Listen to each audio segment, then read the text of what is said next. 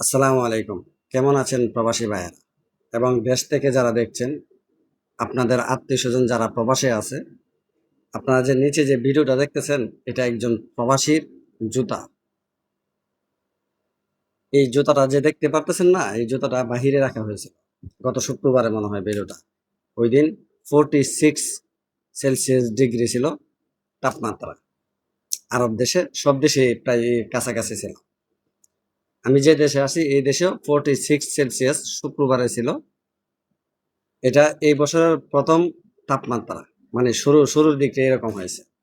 তো আমি এর আগে একটা ভিডিও বানাইছিলাম। ওই ভিডিওতে বলছিলাম, যদি কোনো প্রবাসীর টাকা তার আপন ভাই অথবা বোন, স্ত্রী, সন্তান, বাবা-মা যেই তাদের সাথে গাদ্দারি করে অথবা তাদের টাকা না বলে মেরে খায়, তাদেরকে আল্লাহ ছাড় দিবে না।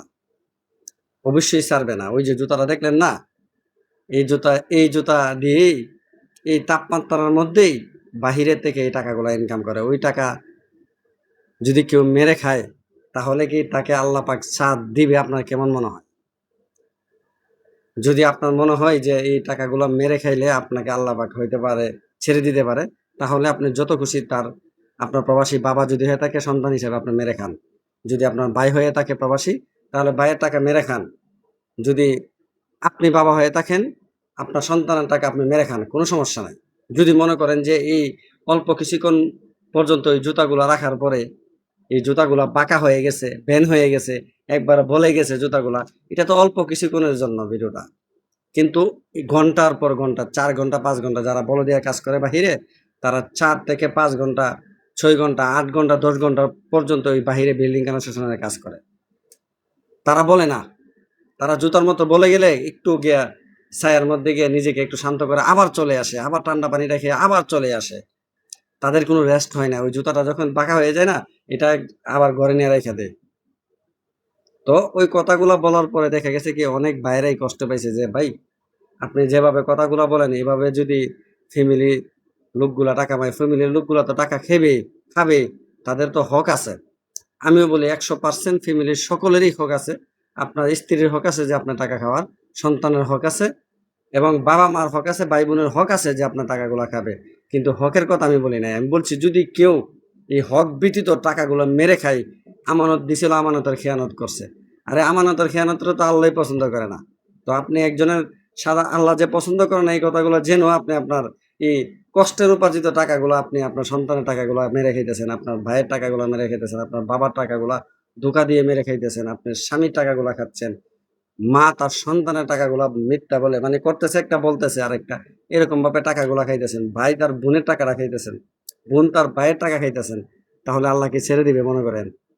কোনোভাবেই ছাড়বে না। ওইজন্য এর আগে আমি একটা ভিডিওতে বলছিলাম, যদি কোনো প্রবাসীর টাকা কেউ স্বেচ্ছায় বুঝে শুনে খায়, তার ডায়রিয়া হয়ে যাবে।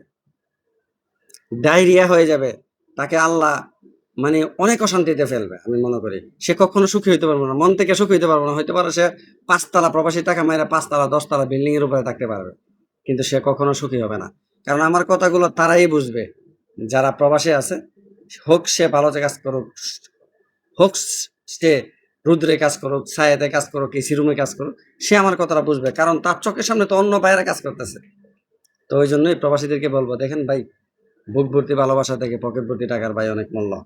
আপনি আপনার পকেটের যত্ন নেন, দেখবেন আপনাকে যত্ন নেওয়ার ব্যক্তি এই পৃথিবীতে কম পড়বে না। এই যে ভিডিওটা দিলাম না, ভিডিওটা দেখে দেশের মানুষগুলা ১ সেকেন্ডে এটা পার হয়ে যাবে। তারা একটুকু অনুভব করবে না যে এত বড় রৌদ্রের মধ্যে আমার একটা বন্ধুই দূর প্রবাসে আছে।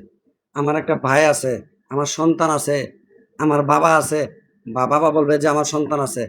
এরকম চিন্তা করবেন, স্ক্রল করে নিয়ে যাবে। মনে করবে যে একটা গরমের মধ্যে জুতা রাখলে তো বাঁকা হয়ে যায়। ওই গরমের মধ্যে যে আপনি আছেন, কারো ভাই আছে, আপনার ভাই আছে, আপনার বাবা আছে, আপনার আত্মীয়স্বজন আছে, এই চিন্তাটা কেউ করে না। আসলেই করে না। এটা ঈদের ছুটির পরেই হতে পারে গত জুম্মার এই ভিডিওটা। সকলকে বলবো, দেখেন, সকলকে করতে হবে। মা, বাবা, ভাই, বোন, আত্মীয়স্বজন যে যেখানে আছে তাদেরকে আপনার প্রবাসে দেখে সহযোগিতা করেন। কিন্তু আপনার নিজের পায়ের মাটিটা শক্ত করে অন্যজনকে সহযোগিতা করুন। আপনার শরীরে শক্তি করে কাউকে কাঁধে নিয়ে হাঁটেন। আমার কোনো সমস্যা নাই তো। কারণ আমি এই কথাগুলো বলার কারণে আমরা তো প্রতারিত হয়ে গেছি বা আমরা সফল হতে পারি নাই। ওইজন্য আপনাদেরকে বিনীত অনুরোধ থাকবে, আপনারা যেন এই প্রবলেমে না পড়েন। নিজেকে শক্ত রাখুন, দেখবেন সবাইকে আপনি তুলে চলতে পারবেন। ভালো থাকবেন, সুস্থ থাকবেন। আসসালামু আলাইকুম।